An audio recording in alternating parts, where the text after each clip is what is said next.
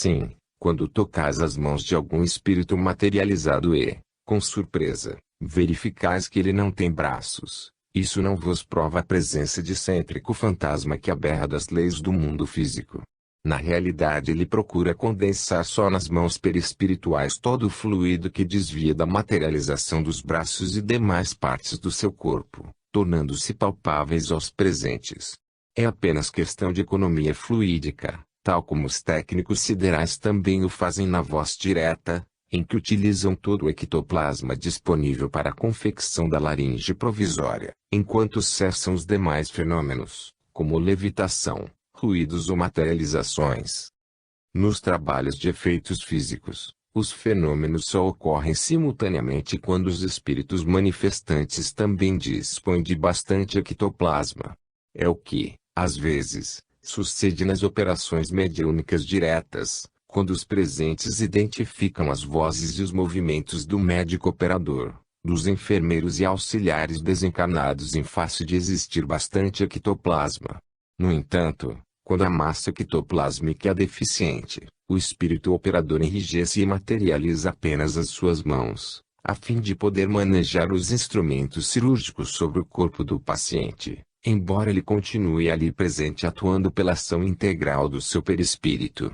E assim o faz porque, na operação mediúnica sem a intervenção física do médium, são as mãos as peças mais importantes para tal função. Capítulo 15. O fenômeno da voz direta. Pergunta: como se processa a voz direta nos trabalhos de fenômenos físicos? Matiz: não ignorais que a mente funciona em planos cujas oscilações estão muito acima do campo vibratório comum da atmosfera física. A mente, pois, vibra no éter, enquanto a voz vibra no ar. Assim, quando os espíritos querem falar com os encarnados, eles necessitam de um elemento intermediário que tanto lhes baixe o tom vibratório da voz etérica, como também a faça repercutir de modo audível no ambiente do mundo material. Esse elemento medianeiro, que conheceis e que já foi explicado anteriormente, é o ectoplasma, substância fluídica de origem psíquica, exudada pelos médiuns através dos centros de forças do seu perispírito, em conjugação com o sistema nervoso do corpo físico. Em conexão com as forças vitais dos assistentes, o ectoplasma transforma-se em ponto de apoio para a repercussão da voz dos espíritos ou demais fenômenos comprovados pelos sentidos físicos dos encarnados. A voz direta, em geral, processa-se da seguinte forma: os espíritos agregam em torno dos órgãos vocais do seu perispírito o ectoplasma mediúnico e, por um vigoroso esforço de emissão mental, conseguem fazê-los vibrar para o mundo físico. No outro caso, os químicos desencarnados misturam substâncias específicas, do plano astral, a energia ectoplásmica obtida do médium e dos fluidos dos assistentes. Depois, modelam a máscara anatômica artificial, mas possuindo boca, língua e garganta, que possibilitam a mesma função da voz dos encarnados. Então, os espíritos que desejam falar para o mundo material passam a exercitar-se com essa máscara, e o seu mais breve ou demorado êxito fica dependendo do treino e da habilidade com que utilizam para vibrar e transmitirem suas palavras aos terrícolas.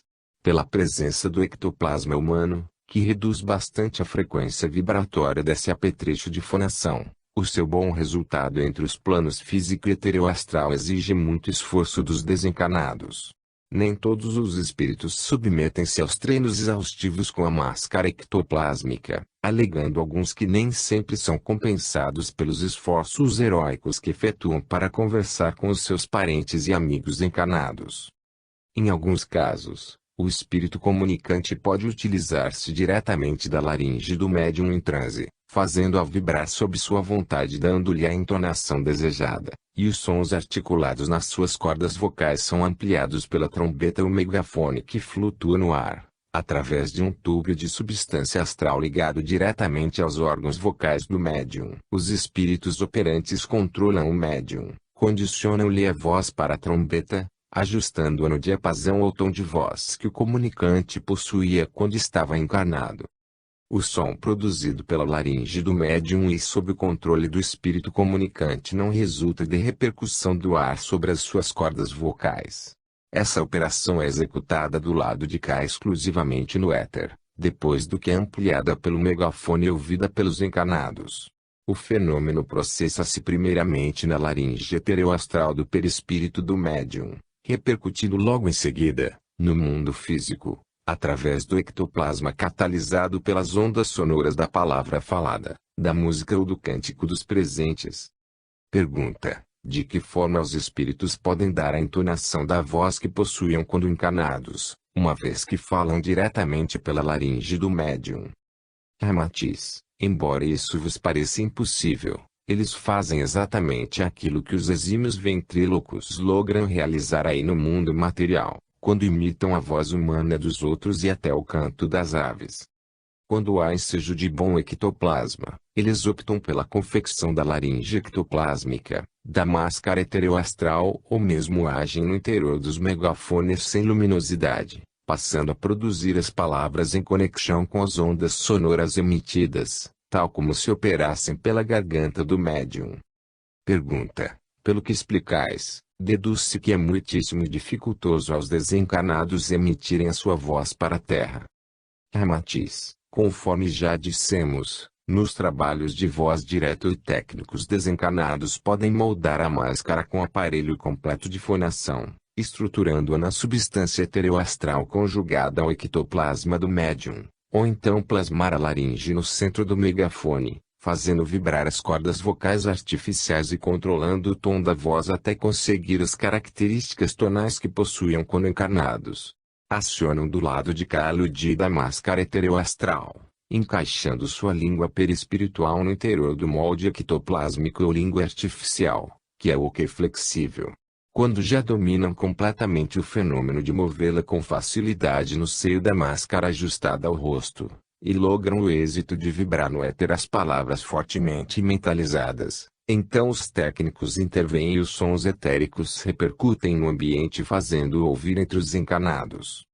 Ante essas dificuldades, que exigem muita disciplina e perseverança, nem todos os espíritos desencarnados submetem-se aos cursos e exercícios fatigantes que a técnica se der exige a fim de se produzir a voz direta, pois o treino pode levar dias, meses e até anos. Assim como o homem terrícola, às vezes, precisa mobilizar intensos esforços e recursos para lograr sucesso em certas experimentações físicas, químicas ou pesquisas médicas. Os espíritos desencarnados, no caso em apreço, para lograrem êxito integral, também são obrigados a despenderem esforços equivalentes. Pergunta: aliás, nós mesmos, durante longo tempo frequentamos excelentes trabalhos de efeitos físicos, mas não fomos agraciados com a materialização ou a voz de algum amigo ou parente dos que muito estimávamos no mundo, e cuja palavra ser-nos-ia de imenso conforto. Não opomos dúvida quanto à contínuo veracidade do fenômeno que presenciamos, nem subestimamos os nossos amigos desencarnados que ali operavam. No entanto, apesar de termos evocado insistentemente alguns espíritos que mais desejávamos ouvir, eles não se fizeram presentes. Ramatiz: comumente os encarnados queixam-se de ter comparecido assiduamente aos trabalhos de fenômenos físicos, sem nunca terem sido agraciados pela presença materializada ou pela voz direta de algum parente ou amigo desencarnado, que poderia fortificar-lhes a convicção na sobrevivência do espírito. Daí, os motivos por que nem sempre os frequentadores aos trabalhos de fenômenos físicos logram satisfazer o desejo ardente de ouvir a voz ou ver o parente desencarnado, motivo por que passam a alimentar dúvidas capciosas sobre a procedência das demais vozes ou materializações que observam, uma vez que não se manifesta aquele que lhes mobiliza toda a ansiedade espiritual. As sessões de fenômenos físicos são convincentes e maravilhosas para os frequentadores que logram a sorte de ver e trocar ideias com o familiar desencarnado e que se preste docilmente a todas as provas e sutilezas indagativas. Mas, como a impaciência humana ainda é um dos atributos mais comuns dos homens, há assistentes que desistem de frequentar determinados trabalhos de efeitos físicos, justamente às vésperas de confabularem com o seu familiar querido, o qual há muito tempo treinava com a máscara ectoplásmica, afinando a laringe etérica a fim de conseguir comunicar-se. No entanto, tais casos e decepções resultam de motivos justificáveis. Além dos que já referimos, de ordem específica e técnica dos dois planos, o físico e o astral, há a considerar que, às vezes, o espírito familiar ou amigo que um ou outro dos assistentes desejaria ver materializado ou ouvir a sua voz, pode estar impossibilitado de apresentar-se por encontrar-se nas cercas purgatoriais e de onde não pode sair. Também, se a sua desencarnação é recente, neste caso, pode acontecer que ele ainda esteja imerso no sono psíquico, de repouso, que sucede após a morte física. De outras vezes, o espírito solicitado encontra-se distante, cumprindo tarefas inadiáveis, em regiões astrais ou superiores. Há, também, os casos em que, pelos traumatismos, desgostos e amarguras profundas que o espírito sofreu na sua existência terrena, ele não tem qualquer saudade do vale de lágrimas onde muito sofreu e chorou. Portanto, desinteressa-se completamente de quaisquer trabalhos que o façam voltar à Terra. Pergunta: temos observado que alguns grupos espíritas de fenômenos físicos logram sucesso quase de imediato, enquanto outros despendem alguns anos para obter os primeiros efeitos satisfatórios. Que dizeis sobre isso? Ramatiz: realmente, há grupos de criaturas interessadas nos trabalhos de fenômenos físicos que, logo de início, estabelecem com os desencarnados tal grau de simpatia, confiança e propósito salutar, que conseguem acelerar a dinâmica psíquica necessária para o êxito da esperada fenomenologia. A confiança, o otimismo e a disposição espiritual eletiva de todos, transformam-se no elemento catalisador dos fenômenos. Rapidamente ultrapassam a fase das incertezas e dos fracassos dos primeiros dias, logrando o clima etérico sensível para a ação positiva dos desencarnados. Ao contrário, certos trabalhos arrastam-se por alguns anos, logrando apenas a graça de alguns ratos ou fugazes cintilações de luzes, porque a tela etérica de projeção dos fenômenos encontra-se verdadeiramente enrugada pela demasiada ansiedade, pessimismo ou afoiteza dos seus companheiros muitíssimo preocupados com o fenômeno imediato que deslumbra os olhos, mas esquecidos da renovação íntima que atende aos sentidos da alma. Capítulo 16. A música nos trabalhos mediúnicos de efeitos físicos. Pergunta: para sucesso dos trabalhos de fenômenos físicos, a música tem alguma influência especial? Ramatiz: a música nos trabalhos de efeitos físicos contribui para apurar e sintonizar as vibrações mentais dos assistentes e do ambiente onde se realizam ou processam tais fenômenos, favorecendo assim o seu êxito, pois embora os sons da música repercutam na atmosfera e não no éter, eles influenciam os assistentes integrando-os em uma só frequência vibratória, e também favorecem os espíritos no sentido de eles conjugarem o ectoplasma do médium às energias psíquicas que são mobilizadas do lado de cá. A música auxilia vibratoriamente esse gênero de trabalhos mediúnicos, podendo ser canções regionais, hinos, trechos de operetas, ouvertures, peças clássicas ou populares, inclusive certas composições de fundo religioso. As ondas sonoras estimulam e combinam-se com as vibrações perispirituais dos desencarnados e dos encarnados, resultando assim em maior exsudação de ectoplasma do médium e das energias vitais dos presentes.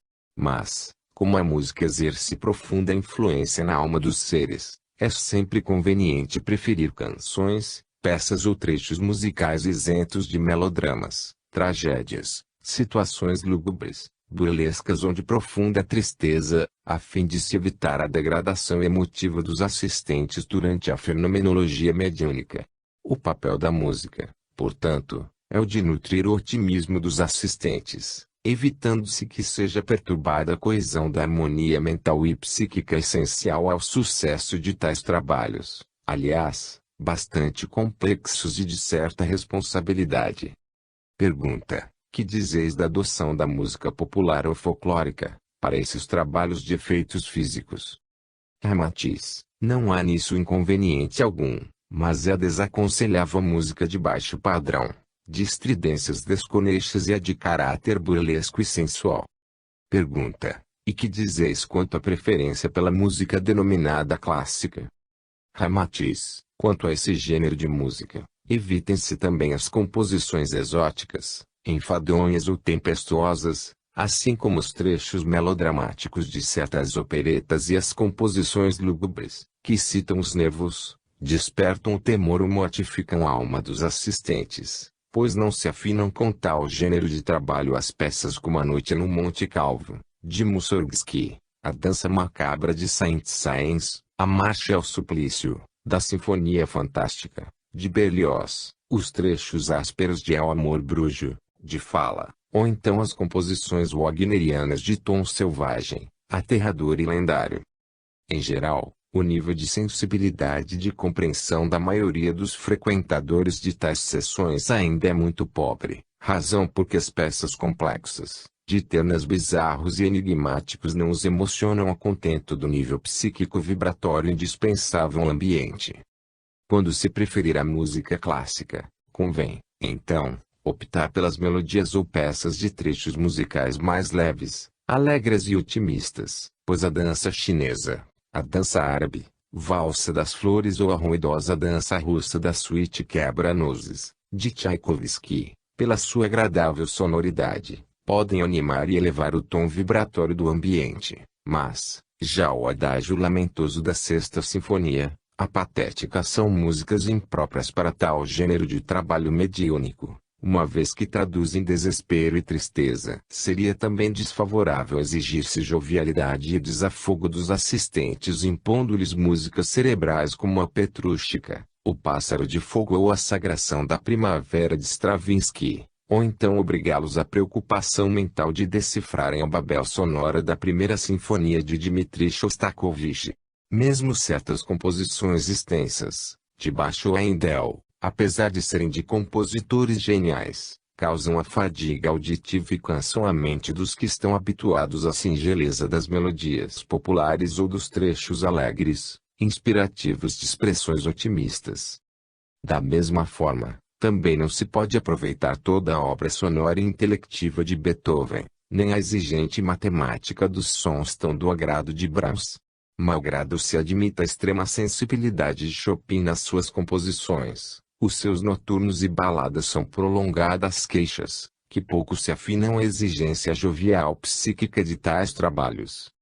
Pergunta: se vos fosse solicitada a indicação de algumas composições de música clássica ou música fina para os trabalhos de efeitos físicos, quais as peças que vos parecem mais adequadas a esse fim? Ramatiz: evidentemente, a nossa indicação seria apenas uma opinião oriunda de simpatia toda pessoal, pois é muitíssimo variada a preferência das criaturas. Repetimos que, embora as peças escolhidas sejam de bons compositores, considerando o dito ambiente sui generis onde são ouvidas, devem preferir-se apenas os trechos alegres, inspirativos de expressões otimistas. Malgrado a fama de cada compositor clássico e já consagrado no cenário do vosso orbe, ele também diverge bastante na sua produção sonora, porque nem sempre é o mesmo seu estado de alma quanto compõe cada uma de suas peças musicais. Há notável diferença entre o estado de alma de Tchaikovsky quando compôs a dolorosa mensagem introspectiva de sua Patética, comparado à marcialidade da Ouverture em 1812 evocando a epopeia napoleônica na Rússia, ou então, entre a doçura infantil com que ele marcou a suíte Quebra-Nozes, a beleza estética da Bela Adormecida no Bosque e o quase angélico esoterismo do Lago dos Cisnes. Em Beethoven também se manifesta fortemente essa mudança de temperamento e emotividade na confecção de cada um dos seus portentos sonoros, os quais revelam várias facetas de sua alma já envelhecida na jornada sideral. Em Fidelio, sua música é dramática, na Sonata Appassionata, é trágica, heróica na Terceira Sinfonia, tranquilíssima e amorosa na Quarta Sinfonia e inconformada na Quinta Sinfonia, quando descreve a criatura em luta insana contra o seu próprio destino. Na Pastoral, embora Beethoven deseje expressar o sentimento venturoso daqueles que se amam e se extasiam ante a natureza agreste, ele revela um estado de graça e encanto pela vida, Um intermezzo de bonança, que depois se angeliza expondo seu cântico esplendoroso na nona sinfonia, a célebre coral. Em consequência dessas variações emotivas dos compositores, que marcam suas peças com a força do estado de alma que os domina no momento de comporem, nem todas as suas obras se prestam ou se ajustam ao ambiente dos trabalhos mediúnicos de efeitos físicos. Entre centenas de peças de merecido valor, diversas podem contribuir para o êxito da fenomenologia mediúnica, porque, para serem sentidas ou assimiladas, não exigem demasiada introspecção crítica e também não predispõem à tristeza. Citamos as seguintes: Ave Maria de Bach-Gounod e Ave Maria de Schubert, Meditação de Thais, de Massenet, Danças Húngaras de Brahms, Silvia de Delibes, inúmeros trechos das sinfonias de Haydn, principalmente da Sinfonia Surpresa, trechos da Rapsódia número 2, de Elise, Capricho Espanhol de Rimsky-Korsakov, as aberturas alegres de Rossini, principalmente La Gazza Ladra em Scala di Seta, as valsas de Strauss, algumas fantasias e movimentos de concertos e sinfonias de Mozart, ouvertures e grande parte da Pastoral e da Sétima de Beethoven, o Quebra-Nozes, o Lago dos Cisnes, a Bela Adormecida no Bosque, Aurora e o primeiro movimento do Concerto Anigrausum de Tchaikovsky, as danças, a Serenata de Schubert, Sylphides, Prelúdios, Fantasias, as valsas ligeiras de Chopin, os trechos Alvorada e Dança de Anitta, a Dança Árabe, das suítes números 1 e 2, de Peer Gynt, de Grieg, vários trechos de danças de A Papola Vermelha de Guglielmi. Pergunta: por que motivo os espíritos manifestam certa simpatia pela composição meditação de Thais, pois é raríssimo o trabalho de efeitos físicos em que não seja executada essa peça musical. Ramatiz: Thais é a ópera que traduz intensa espiritualidade no seu entrecho, pois refere-se à dedicação heróica de um monge tentando atrair para o culto de Deus uma cortesã que se devota ao culto de Vênus. É, pois, a luta entre o sensualismo pagão e o ascetismo cristão, simbolicamente é o esforço do bem tentando superar o mal. O trecho da meditação, tão preferida em trabalhos espíritas, em que o delicado solo de violino é acompanhado suavemente pela orquestra, reflete, justamente, os pensamentos, os novos anseios de integração espiritual e o desejo de paz que domina a alma de Thais, a cortesã, que realmente termina convertendo-se ao cristianismo. Pergunta: aliás, os trabalhos mediúnicos de efeitos físicos ainda são raros, mesmo no Brasil, onde o espiritismo e todos os seus fenômenos estão mais divulgados do que nos outros países. Em tais condições, o campo da música aplicado ou entrosada em tais trabalhos é muito restrito. Que vos parece? Ramatiz: efetivamente, se considerardes apenas o hoje, a música conjugada à fenomenologia espírita ainda está circunscrita a um campo bastante limitado. Porém, nós, do lado de cá, dispomos de uma visão mais ampla, que não se restringe a fixar apenas as contingências do presente. Em alguns casos conseguimos ver os horizontes luminosos do amanhã. E, por isso, em certas matérias que abordamos nas obras que transmitimos à Terra, algumas das nossas divagações já constituem esclarecimentos fundamentais para o futuro. Está neste caso, justamente, a extensa dissertação que expomos quanto à utilização da música conjugada aos fenômenos do espiritismo. E afirmamos que, antes do término deste segundo milênio, a música de amplitude e sentimento espiritual será elemento integrante e até obrigatório em todos os ambientes onde se processem os fenômenos de psiquismo mediúnico. E não somente nessas sessões complexas, mas, igualmente, em todas as reuniões doutrinárias. Mesmo porque, no vosso mundo de vibrações grosseiras, a música é a única arte que participa e reflete expressões sublimes daquela espiritualidade em que a alma, embora prisioneira de um corpo carnal, já consegue mergulhar no êxtase que a faz aspirar o perfume suavíssimo das alegrias celestiais. Entre vós, a música é a única arte que, para ser produzida, dispensa a utilização de quaisquer acessórios materiais, pois as outras, como a estatuária e a pintura, para manifestarem-se, exigem elementos brutos como sejam a pedra, o mármore, o cinzel, as tintas, os pincéis e as telas. É tal a ressonância espiritual de suas harmonias no seio do cosmos, vibradas pelos anjos ou gênios da música, que o taciturno Beethoven, já completamente surdo, teve o singular privilégio de escutar, escrever e transmitir ao mundo algumas sinfonias simplesmente maravilhosas e imortais. Por conseguinte, sem nos enfeitarmos com a comenda de profetas, a longa dissertação que fizemos a respeito da música como veículo de espiritualidade, é uma espécie de roteiro que, no futuro, quando o espiritismo já for uma trombeta sonora ouvida em todos os quadrantes da Terra, servirá como orientação técnica quanto à sua função espiritual nos trabalhos e reuniões processados sob a égide da doutrina espírita. Capítulo 17. Os fenômenos de efeitos físicos no caso das assombrações. Pergunta: os fenômenos de efeitos físicos podem manifestar-se sem haver no ambiente o elemento energético denominado ectoplasma? Ramatiz: a produção de tais fenômenos é possível existindo no ambiente um médium que possua a faculdade de exsudar ectoplasma. Em tais condições, é possível a uma equipe de espíritos desencarnados tecnicamente habilitados, coordenarem e controlarem uma sessão de efeitos físicos, de modo a ser obtido bom êxito nas suas manifestações. Porém, há casos em que o fenômeno se manifesta de modo imprevisto em qualquer local ou ambiente, fazendo-se ouvir risos, vozes, gemidos, deslocamento de objetos, portas ou janelas que se abrem ou fecham e outros efeitos estranhos. Estes casos são os apontados como assombrações.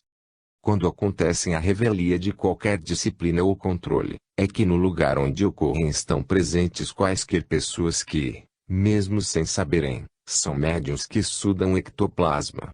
Então, é comum alguns indivíduos mais animosos irem ao local e os ditos fenômenos não se repetirem. Isso acontece, justamente, porque os curiosos que foram certificar o caso não possuem a dita faculdade mediúnica. Pergunta: mas essas sessões que são previamente determinadas atendem a algum objetivo sensato ou seu motivo é para satisfazer a curiosidade dos que a organizam? Ramatiz: os trabalhos mediúnicos de efeitos físicos, sob o comando de equipes de espíritos que operam no além, obedecem sempre a desígnios úteis de esclarecimento moral e espiritual. Porém, quando esses acontecimentos se produzem de modo imprevisto, são manifestações acidentais resultantes, conforme já dissemos, da presença de pessoas que possuem a faculdade de exsudar ectoplasma. E a espontaneidade do fenômeno, algumas vezes, chega a assustar os espíritos desencarnados ao perceberem que, à sua chegada, ocorrem essas manifestações físicas. Aliás, na própria Bíblia encontramos o relato de vários casos em que o fenômeno da audição da voz direta, à luz do dia, foi testemunhada sem megafone ou quaisquer outros recursos no gênero. O livro de Jó conta o seguinte: parou diante de mim, cujo rosto não conheci, um vulto estava diante dos meus olhos e eu ouvi uma voz que dizia: seria porventura o homem mais justo de que Deus? Jó 4, 16, 17. Samuel surge diante de Saul e diz-lhe, pela voz direta: por que me inquietaste fazendo-me vir cá? E Samuel, 28:15. Os apóstolos reunidos no dia do Pentecostes, ouviram vozes diretas. Atos 2:2.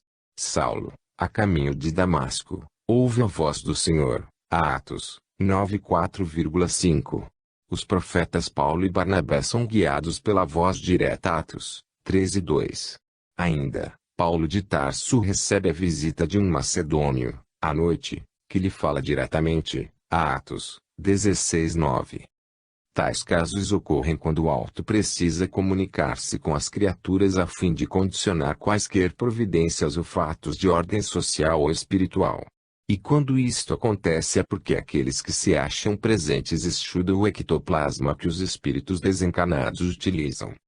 Igualmente, conforme relata a história sagrada, o anjo falou a Isabel anunciando-lhe a encarnação de João Batista, e também a Maria, predizendo-lhe o nascimento de Jesus.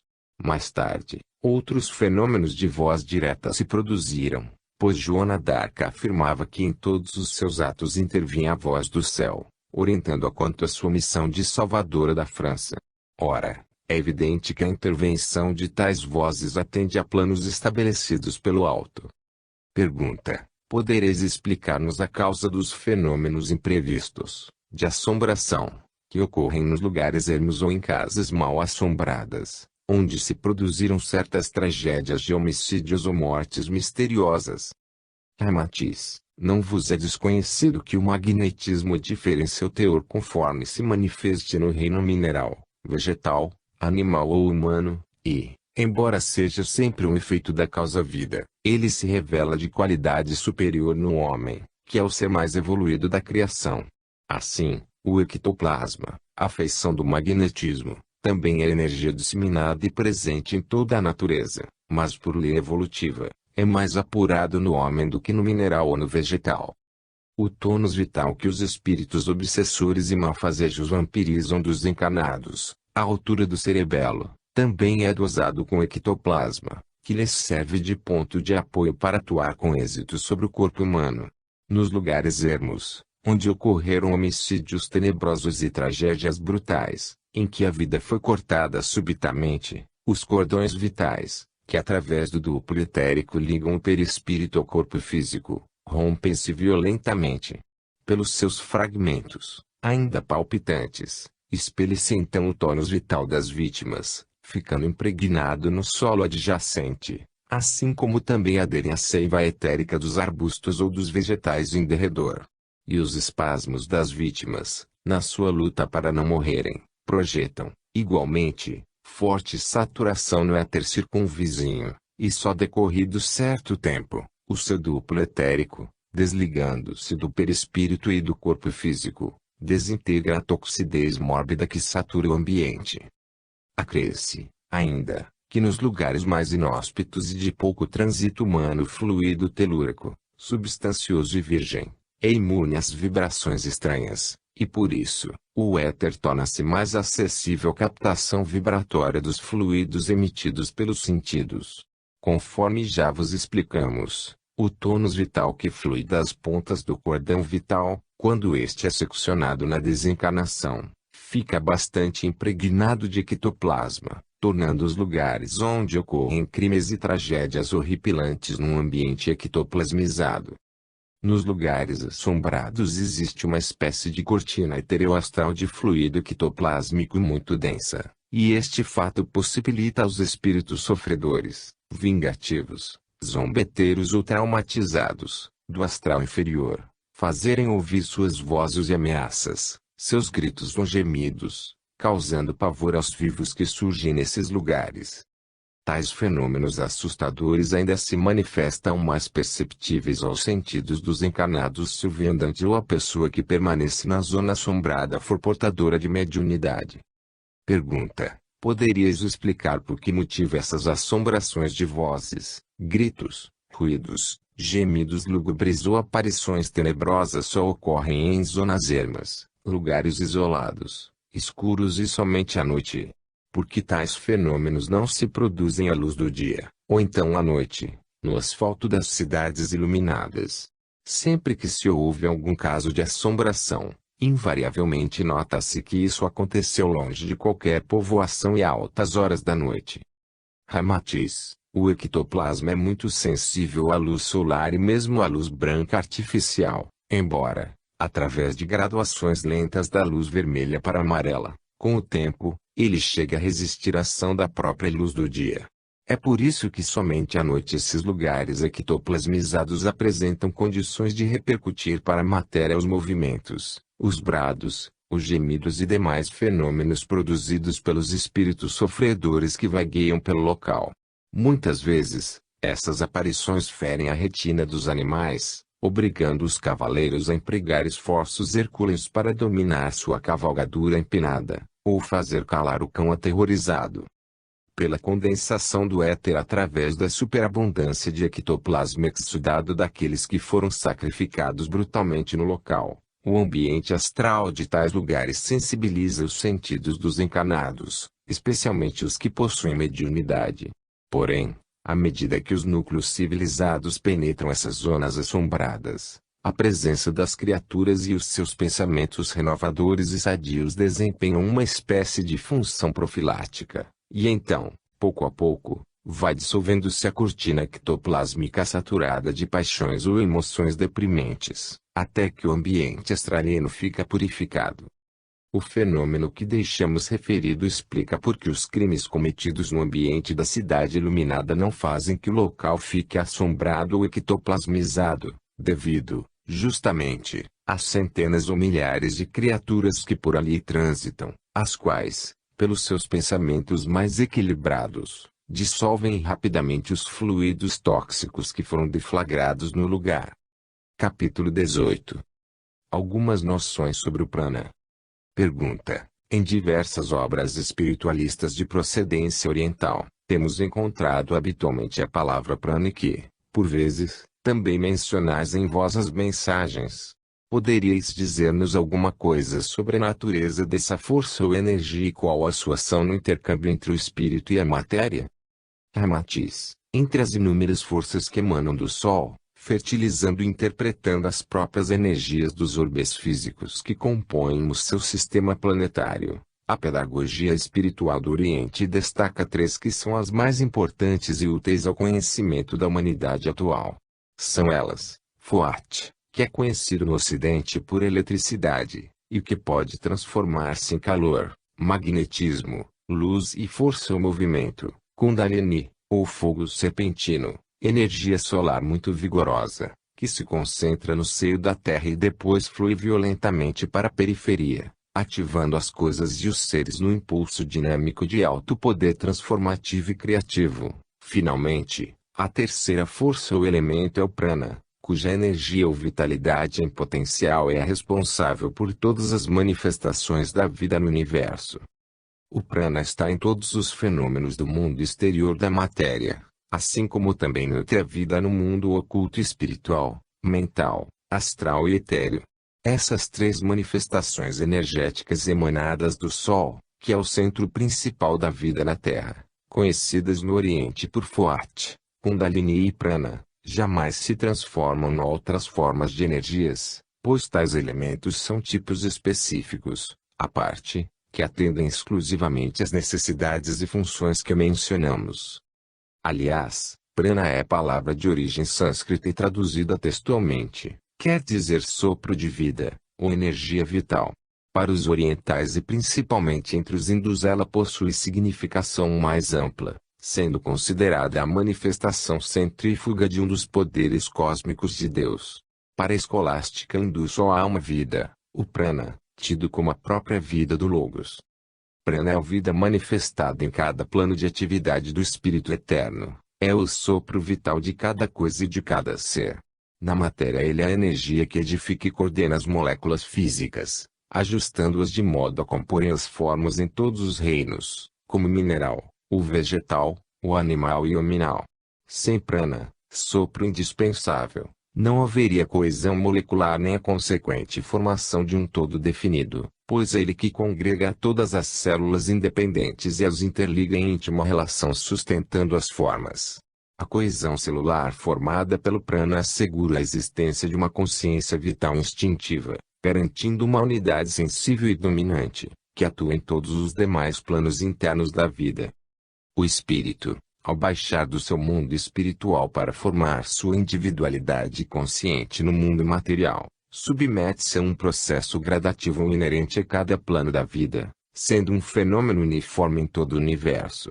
No mineral, essa consciência em formação permanece estática e adormecida, mas depois evolui para a irritabilidade de consciência do vegetal ainda em sonho. Em seguida, vivendo novos estágios de adaptações, ela alcança o estado de consciência instintiva animal, e, finalmente, atinge o raciocínio glorioso do homem.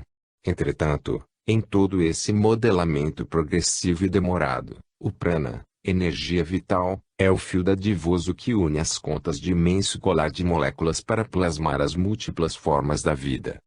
Recorrendo a rude exemplo, diríamos que assim como o cimento une os tijolos de um edifício, o prana é a liga, o elo vital, ou o elemento oculto, que associa os átomos, as moléculas e as células para compor o universo. Pergunta: poderíamos admitir que o prana é uma consequência da vida? Ramatiz: o prana não é um efeito da vida, como ainda supõem alguns espiritualistas do Ocidente, pois o mineral, o vegetal, o animal e o homem é que são, realmente, seus produtos ou elementos resultantes, visto absorverem em sua intimidade o quantum dessa energia vital indispensável para se manifestarem no mundo. O prana está presente e atuante em todas as expressões de vida no universo, porque ele é a essência vital que alimenta desde o combustível mental necessário ao homem para compor os seus pensamentos e ideias, assim como também vivifica a substância astralina que fotografa e manifesta todos os sentimentos e as emoções do espírito. É sangue vital de incrível poder e amplitude cósmica, que se manifesta em todos os planos da vida, pois sua falta implicaria na desintegração e no desaparecimento instantâneo do universo exterior, que é visível e sensível à consciência humana. Pergunta: alguns ocultistas explicam que os homens ricos de prana são os que vendem saúde. Isso é exato? Ramatiz: os organismos vivos, quando em equilíbrio e harmonia, só absorvem a quantidade exata de prana indispensável para manterem o seu corpo sádio e eufórico. Quando há excesso de prana no homem, isso afeta-lhe a saúde, pois o sistema nervoso torna-se excitado e irregular. É um estado mórbido que se torna um campo favorável à enfermidade física, e, em certos casos, pode mesmo ocorrer a morte sob a paradoxal diagnose de apoplexia vital.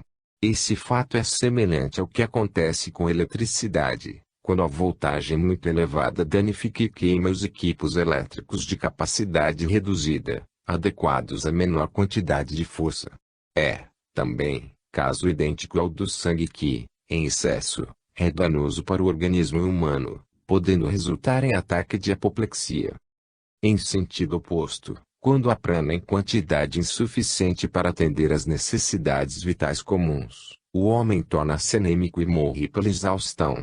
Infelizmente, o terrícola ainda subestima os ensinamentos tradicionais esotéricos, pois se ele realmente se dispusesse a investigar e conhecer a natureza, o potencial e a função do prana, sabendo ativá-lo nas entranhas do seu organismo, ele conseguiria eliminar certas moléstias ainda frequentes em sua existência. Através da purificação de sua respiração e pela graduação consciente e proporcional dessa maravilhosa energia vital para o seu corpo, o homem atilado viveria à semelhança de um seguro aparelho de precisão, com excelente transformador de estabilidade a regular-lhe a voltagem mais certa para o seu tipo biológico. Gozaria de um equilíbrio vital com a usina viva a fornecer energia vigorosa e criadora para vitalizar os próprios familiares e proporcionar saúde aos enfermos. Dominando o metabolismo e a função dos chakras, do duplo etérico, então seria capaz de repor, de imediato, a carga vital faltante consumida nas relações com as criaturas desvitalizadas. E em sentido oposto, poderia reduzir o excesso parânico que resulta em tensão nervosa, excita os movimentos e conduz o homem a atos violentos, como expansão equilibrante de seu vitalismo. Basta ao homem um conhecimento singelo da filosofia dinâmica do chakra esplênico, que absorve o prana, à altura do baço físico, para ele saber melhorar a cota e a qualidade do seu sangue, logrando uma purificação sanguínea capaz de livrar sua pele e seu corpo de excrescências, verrugas, manchas e impurezas. As mulheres que usam excesso de maquilagem envelhecem bem mais cedo que as recatadas na pintura das faces, pois o prana físico que se renova pela pele, rarefaz-se e reflui para a intimidade do corpo ante o entupimento dos poros. Os antigos iniciados podiam apresentar-se remoçados e belos. A sua epiderme viçosa assemelhava-se à pele acetinada do pêssego, porque eles conheciam todos os segredos do prana, e o distribuíam harmoniosamente na sua constituição psicofísica.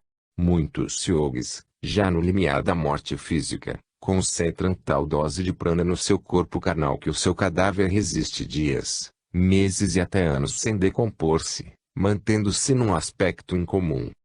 Pergunta: o prana pode ser identificado pelos sentidos do espírito desencarnado e pela visão dos clarividentes encarnados, ou trata-se de uma energia sensível somente às entidades superiores?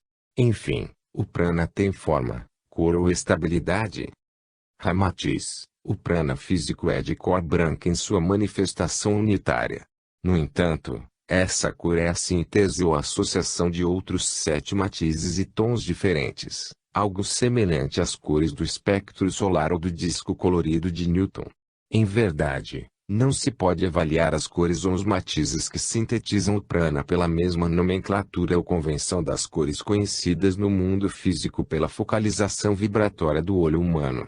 Entre os próprios homens há diversidade na recepção vibratória ocular da cor, pois enquanto certas criaturas distinguem com absoluta nitidez o azul do verde, outras enxergam outros tons nessas cores. Os chineses, antes de seus olhos despertarem para a sensibilidade cromática atual, só viam o céu num tom de amarelo claro e transparente, conforme ainda se pode comprovar pelas suas pinturas de alguns séculos atrás. Ainda hoje, na China, enquanto a maioria já percebe o matiz azul do céu, ainda há pessoas que só se sentem atraídas pelas cores amarela, vermelha e preta, conforme se caracterizam certas manifestações artísticas e gostos do chinês. Esses matizes do prana que sintetizam a cor branca são o amarelo, o azul, o roxo, o verde, o alaranjado e 2 tipos de vermelho, um destes é mais carregado e outro num tom rosa, que em certos casos emite reflexos lilazes. É por isso que o prana ou energia vital, também, em sua cor branca, subdivide-se em outros matizes diferentes ao fluir pelos chakras do duplo etérico, que é o corpo etéreo intermediário entre o perispírito e o corpo físico.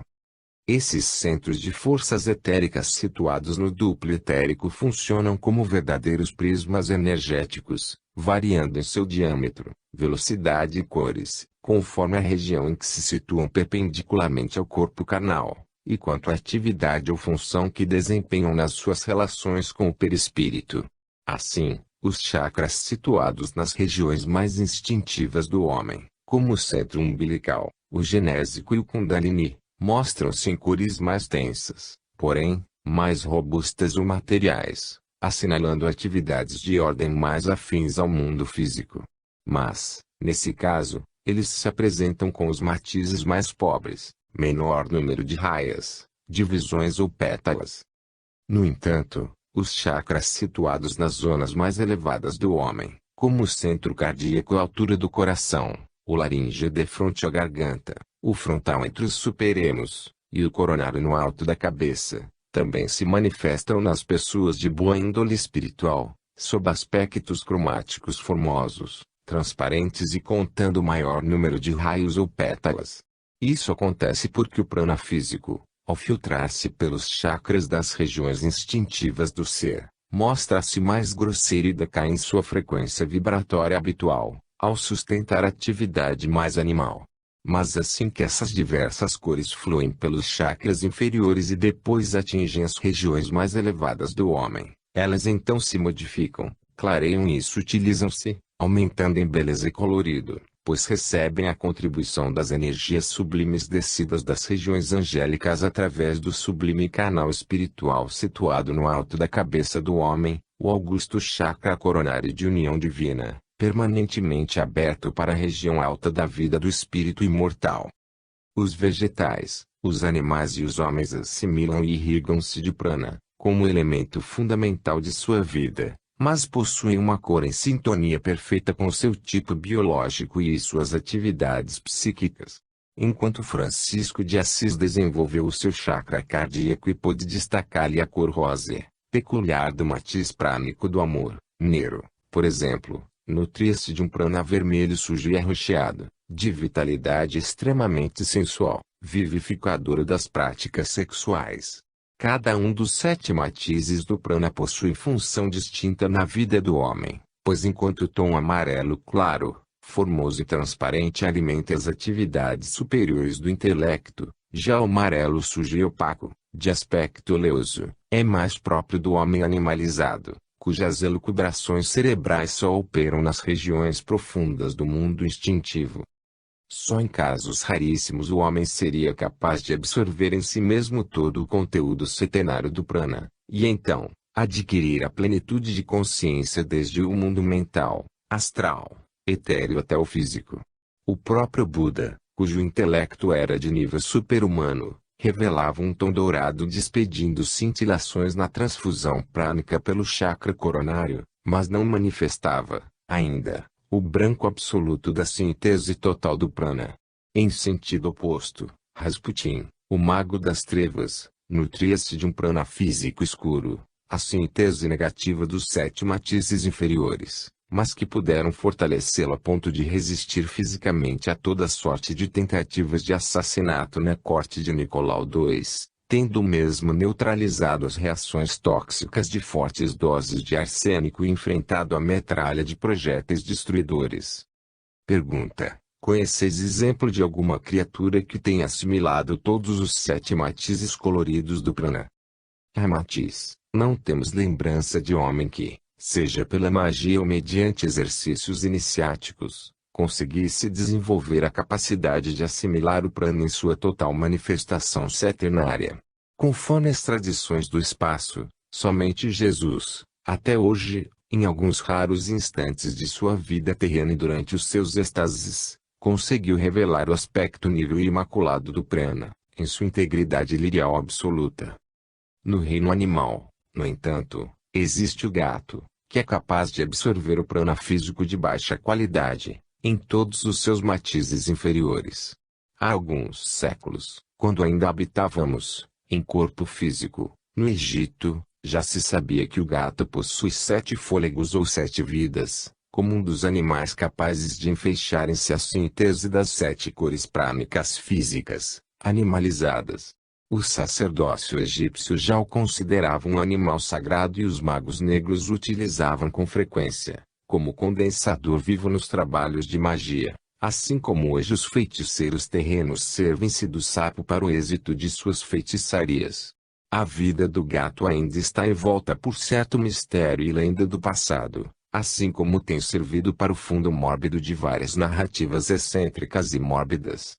Pergunta: apesar de todas essas nuances e matizes coloridos do prana, na realidade, tudo não passa de diferenças vibratórias em sua essência. Não é assim?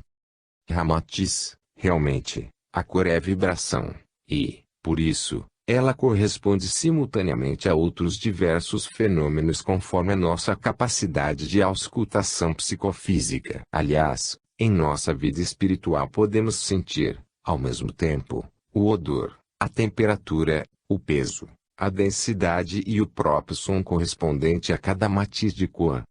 Em suma, o prana age em equilíbrio com cada plano de vida e manifesta-se também em perfeita correspondência vibratória com a cor e a natureza vibratória desse plano.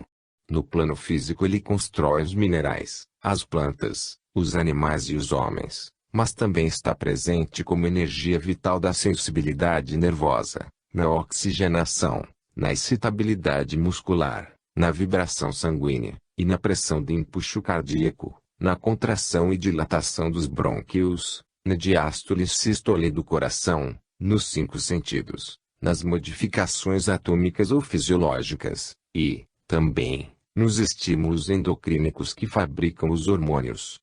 Sem o prana o perispírito também não poderia aglutinar os átomos e as moléculas do mundo físico, para materializar a sua forma fetal no útero materno. Nem o duplo etérico conseguiria modelar-se em torno da figura humana em gestação.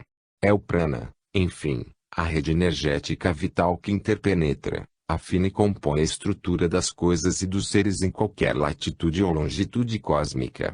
Mas ele não é o éter, o oxigênio ou o azoto, tidos como fonte criadora de vida na intimidade dos seres vivos, pois, na realidade, estes elementos é que vivem do prana, o qual, em síntese, não é efeito, é causa. Pergunta: o prana pode ser considerado o próprio magnetismo que flui por tudo e principalmente pelo homem? Ramatiz: o prana, que estrutura e nutre os nervos é independente e distinto do conhecido magnetismo do homem ou fluido nervoso, porquanto estes são originários do éter físico exsudado do próprio corpo, ou seja, energia radioativada. O prana, no entanto, é energia independente, ele flui pelos nervos do homem, mas não é o seu magnetismo nem o fluido nervoso. Pergunta: e que nos dizeis então sobre essa substância ou fluido nervoso que, através do cérebro humano, assegura-nos o intercâmbio entre o que pensamos e o que sentimos.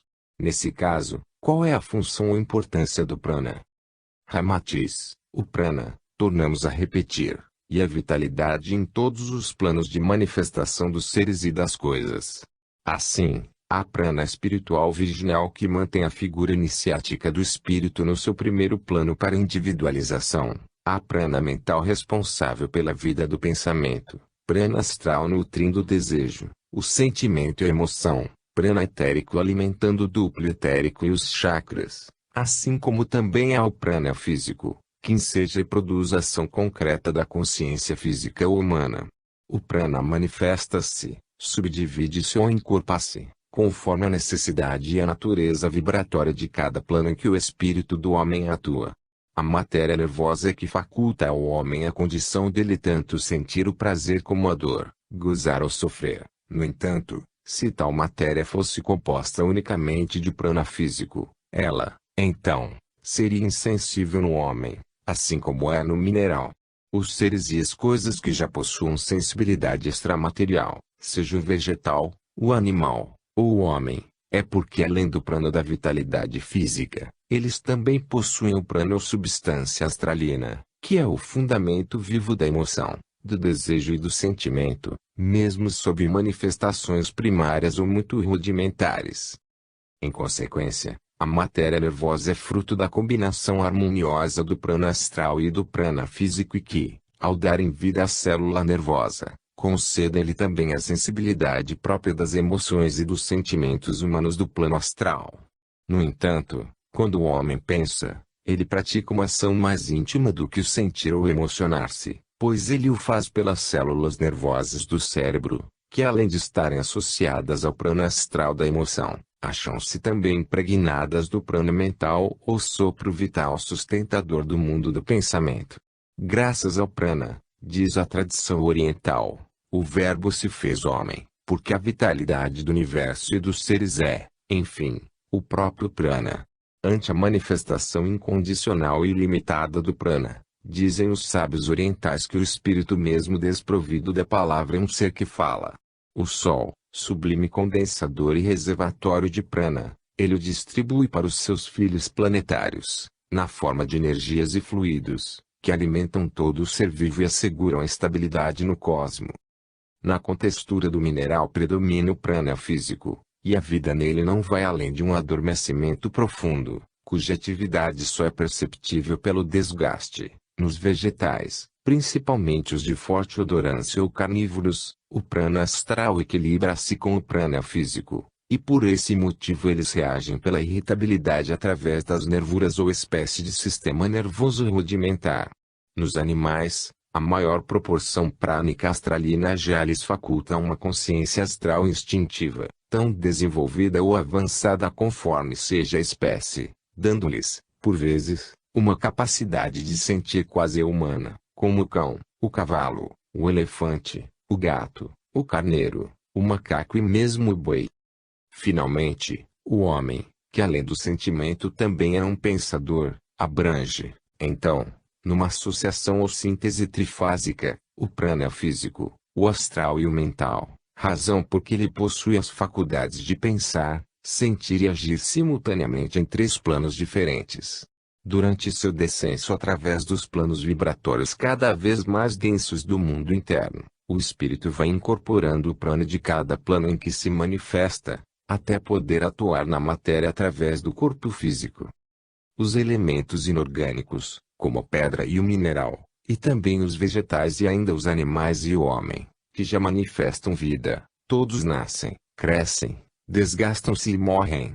Porém, é graças ao prana que isso acontece, porque ele está presente em todas as metamorfoses da vida, substituindo as formas estáticas ou cansadas, vivificando o mecanismo da procriação, selecionando as espécies mais puras e as inferiores e concretizando assim o programa do pensamento não gerado e incriado de Deus. O prana, enfim, é o elemento que permite ao espírito baixar do seu reino sutil até a vida física e despertar-lhe a consciência individual de ser e de existir no seio do cosmo. É, enfim, o sublime revelador da vida espiritual à periferia dos mundos materiais. Capítulo 19. O duplo etérico e suas funções.